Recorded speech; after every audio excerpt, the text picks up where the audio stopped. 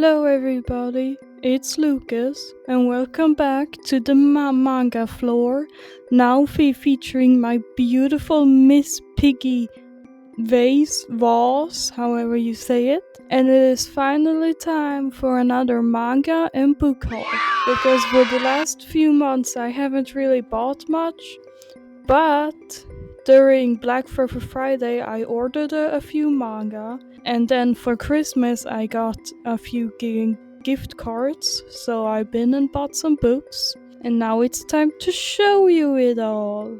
Yippee!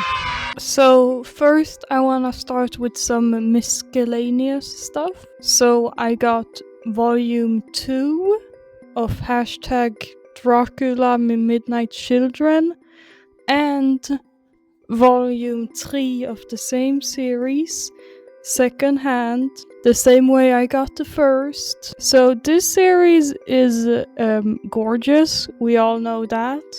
It is obviously based on Bram Stoker's novel Dracula, but it's an reimagining focusing more so on Mina Murray than Arthur. I think that's the original protagonist. And this releases slowly because the art is very detailed and very impressive, and that is, to be honest, the main draw. I mean, I can literally open any volume onto any page and there will be like a breathtaking masterpiece of art. Like, it's insane.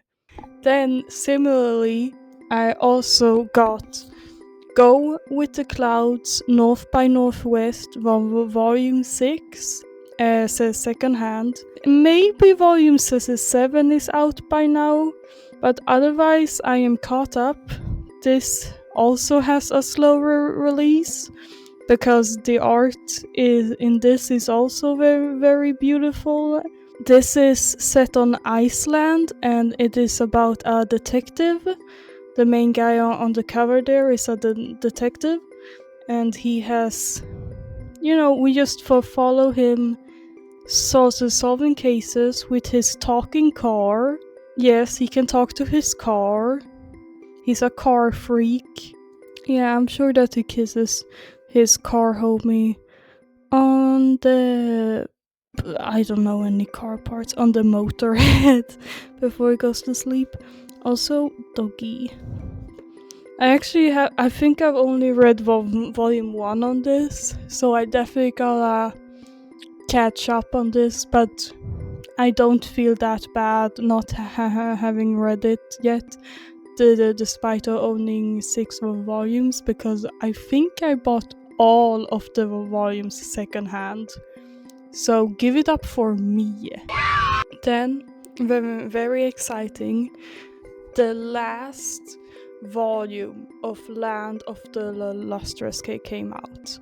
And the second this book came out and I saw that it was in store at my local manga store, I sprinted to buy it along with volume 12, because I had been putting off buying it until the last one was out. Several months ago I binged 1 through 10 of the volumes, and then I've just been waiting for the last volume to come out so that I can do a binge read, and I haven't done it yet because I want to be in the right headspace. And right now I am finishing up Requiem of the Rose King. I have 2 volumes left of that, and then I'm getting into it. I haven't even opened these volumes because I'm so afraid of spoiling myself. So I'm not gonna open them. This is all you get to see, okay? I haven't even read the backsides. I mean, the covers are simple, but they're beautiful, and the art in this overall is simple, beautiful, and I'm so fucking hyped! Oh my god, I hope that Foss is okay. Fuck. This, if you haven't read Land of the Lustrous, you need to get on it. This is like decade defining type of work, okay? There is no excuse to not read Land of the Lustrous. It's 13 volumes. If you can buy like Chainsaw Man and Jujutsu Kaisen and fucking Bleach, you can buy 13 volumes of Land of the Peak, okay? And you can read this and you can become attached to the characters, and then you can fucking cry and break down along with them and go ah at the fucking twists and turns. You know, I had been so focused on Requiem of the Rose King, I hadn't thought about the fact that I own this and can read this anytime I want. But now it really just like came back to me, the reminder that I can read Peak whenever I want. And now, ooh, I need to get on this. I need to finish. Ah, ah. I need to get. I need to finish Requiem of the Rose King. Ah. So that I can read this. Oh my god, it's gonna be so fucking good. Speaking of good, okay, so and I was just walking from the bus towards that place. And when I walk there, I pass a local queer bookstore. And you know, I was like 5 minutes early, so I thought, oh, I can go in. And this was right before Christmas, and they were having a sale on secondhand books. And they don't usually have manga. The only manga they have is Dick Fight Island. But with this says a secondhand sale, they had let customers come in and like give them books they didn't need anymore. And I found volume 1 of the two of them are pretty much like this, and I was about to miss this. I was about to walk out of the store without having bought this. But check this shit out. At first, you know, on the backside there was a price, and it was like an ordinary manga price, and I was like, oh, it's secondhand, I will get a discount, it's fine, I can buy it. But then I looked inside, and thank god I did, because written on the inside, I don't know if you can see it, that's 40, which isn't for 40 euros, it's more like 4 euros in my. So I was like, holy shit, Yuri for $4? That's insane. So I went up to the cash register, and they were like, oh yeah, and here's the discount. I was like, I get a discount on top of this? So this came out to $2. And I was like, oh my god, I'm robbing you guys. I feel so bad. And then I walked out with Yuri. And you know, I've been knowing about this series for a while. It's about these two. They're lesbians, and it's just about their daily life being lesbians together. I think it's like 4 volumes of them being lesbians together. And I've been wanting to get this for a while, but the thing is that if it's quite a tiny series, as you can see, and in the bookstore it's quite expensive. So getting volume 1 for this price was just insane. That was all of the miscellaneous books. Time to get into my my Black Friday order. First, onto the Black Friday order, I got volume 1 of Let's Eat Together, Akia and Haru. This is just a short, it's 3 volumes and it's tiny volumes, but this is just a short, kinda BL foodie series about these roommates, and they were roommates, am I right? Eating together. Oh, look at them.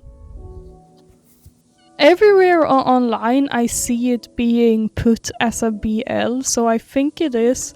But in the first chapter, oh yeah, and they have recipes at the end of a chapter, so you can make what they make. But the first chapter is kind of told by their acquaintance, who goes like, oh no, they're just roommates and they're really, really close, but they're totally not gay or anything. But I think that it's gonna turn out that they're kind of gay, actually. Because otherwise, why would it be by the love line? But anyway, this is just another series for my collection of foodie queer reads, together with She Loves to Cook and She Loves to Eat, and What Did You Eat Yesterday, and Ramen Wolf and Curry Tiger. It's a surprisingly large genre. Were you just able to hear the rat in my wall? I got a rat in my wall. He lives here too. So if you hear anything scurrying around, it's just him walking around with this little drill, getting some work done. One day he's gonna be able to drill out through my wall and into my room, I'm sure. And when that day comes, this will be his manga collection. He will own this, I guess. Anyway, on to the other thing. I got Volume 6!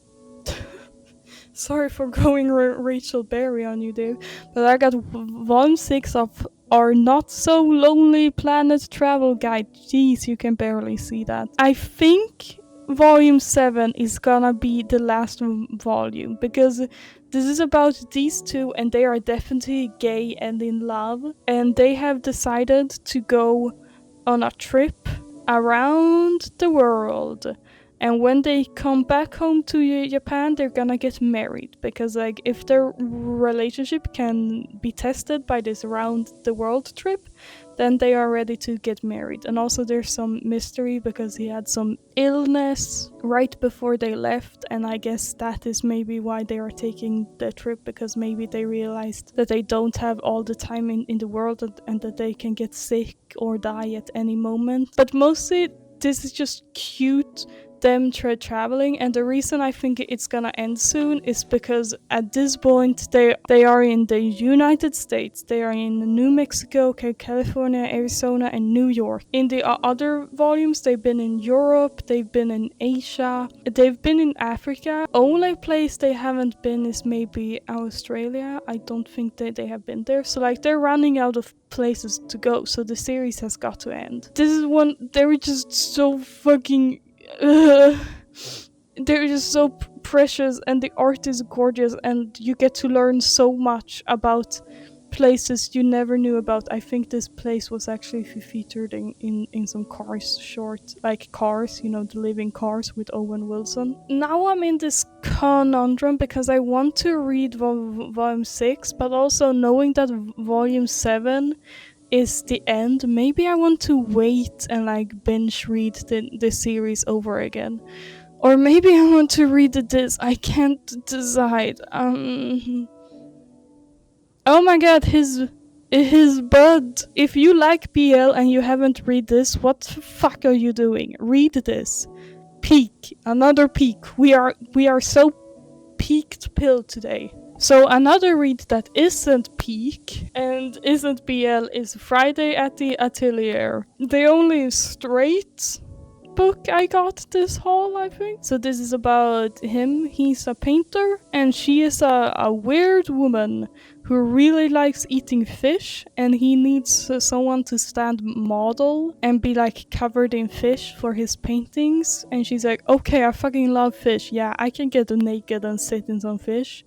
And then he cooks the fish for her afterwards. So there is a bit of like artistic nudity in this, but mostly it's just about this, because he's clearly in love with her, but he is so obtuse and so bad at interacting with people. Meanwhile, she's just like so nonchalant and loves fish that she doesn't really notice that he likes her like that. So it's just about their romance and them eating fish, and it's 4 volumes. The last books I got in this haul is Pink Candy Kiss Volume 1 and Volume 2.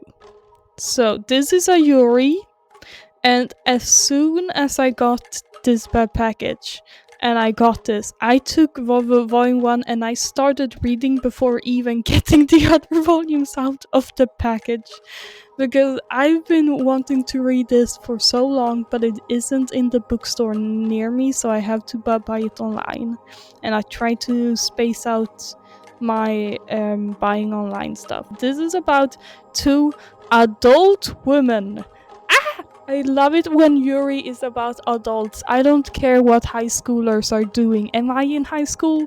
No, I don't want to hear about it. I don't fucking care. These women were like best friend in middle and high school, but after they graduated, they haven't seen each other at all since then. And this is our main character. It's weird because in the inner pages, I think it's quite clear that she's blonde, but in all of the covers she has black hair, so I don't know what that's about. But anyway, she has had several boyfriends, but she's never really been that distraught when they have broken up. She hasn't really felt much for them. But then one day, her old classmate, her own bestie, appears at her work, and they reconnect and start talking. And at first, her old bestie seems exactly the same. She's shy and all that. But then when they meet again, she's suddenly like alluring and like mysterious and stuff. And she realizes that her friend has changed a lot in the like 15 years that they've been apart. And she also learns that she is now married.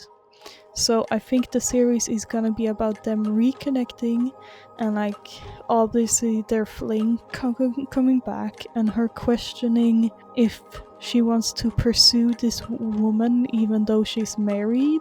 So this gives me big run away with me girl vibes mixed with even though we're adults, because both of them are also about adult women meeting a married woman and falling in love with her. But in Runaway with Me Girl, the husband was like abusive, so it was pretty morally okay for her to help the woman cheat and stuff and leave him. I haven't met the husband yet, so I don't know if he's like a shitty guy or if this woman is just in the closet. But I am here for the drama, the mess, the Yuri of it all. And I gotta say, the only thing I don't like is that the spines are kind of boring. It's just the normal white with black text. So that was the manga haul.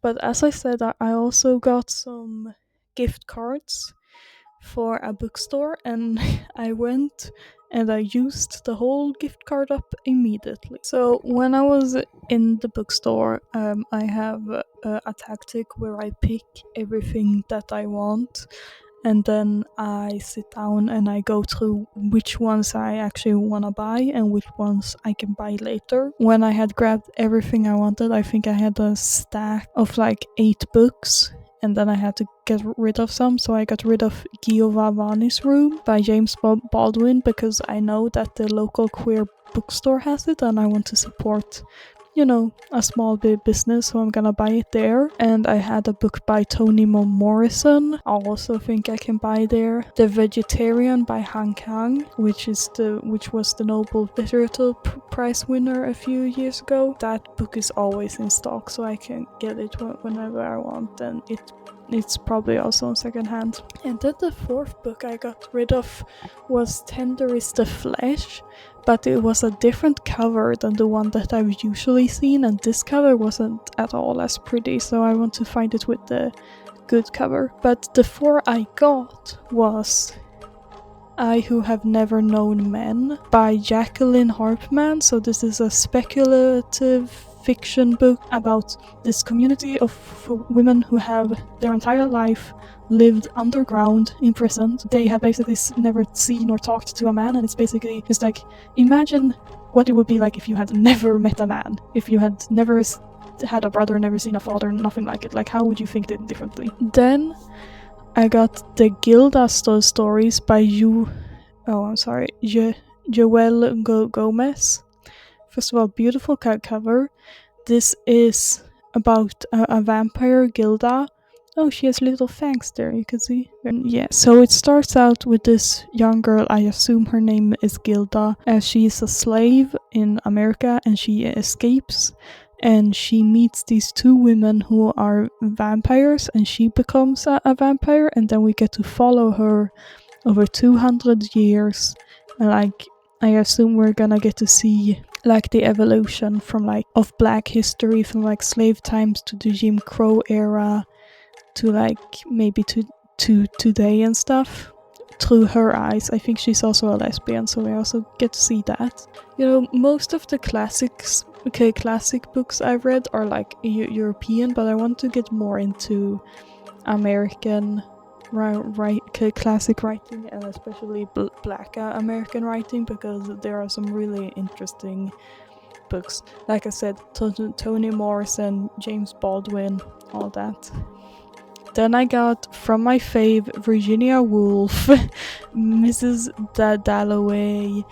Yes, I'm like at this point I'm like on a mission to own every Virginia Woolf book. Like I've read To the Lighthouse, I've read A Room of One's Own, and I own a version of A Room of One's Own that also has some other stories by her. And now I have maybe her most famous work, Mrs. Dalloway, and I just love reading Virginia Woolf's style. I mean, it makes my brain hurt, and it takes me like 100 years to finish one of her books, but it just feels so good when you put the pieces together and like understand it, and you just have to sink your teeth into it, but it's so good. And then lastly, Blood Meridian by Cormac McCarthy. So this is like one of the big American classic writers. This is a cowboy story around, I don't really know the time,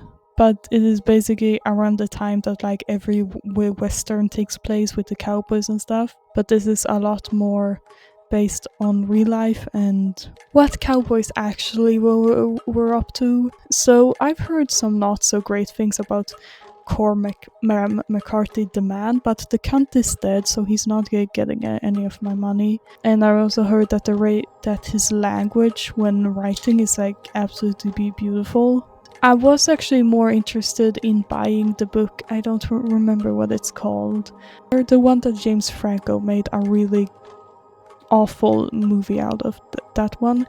But the only one by Cormac that they had was Blood Meridian, and I guess that this is a good introduction to his writing. Oh, I almost forgot. Wait. So this book wasn't from the gift cards, but I specifically asked to get The Goldfinch by Donna Tartt for Christmas. So this is an absolute brick of a book. It's like 800 pages. And I read this bitch when I was like 14, 15. I don't know how I did it, but I did it. I read it through the library. I had to loan it twice because it took so long. But ever since then, I've wanted to own it, and now I finally do. I've also read The Secret History by Donna Tartt, though that was through a book clubs and I did not get to keep the book. But one day when I feel like rereading it, I'm gonna buy it. Just like this one. It's heavy. Like it's heavy to pick up. This is about Theo and his mother, who one day go to a museum and there's a terrorist attack and his mom dies, and in the panic he steals this painting, The Goldfinch, and then we follow his life, or like not his whole life, but like into his 30s or something. He's in Las Vegas. He is in New York. He has a homoerotic friendship. He has a girl who he's kind of interested in. He scams people through antique furniture. It's a lot. He does a lot. And just like in every Donna Tartt book, they just casually do a bunch of drugs constantly. I don't know how they pay for it, but they just do. They get the drugs all of the time.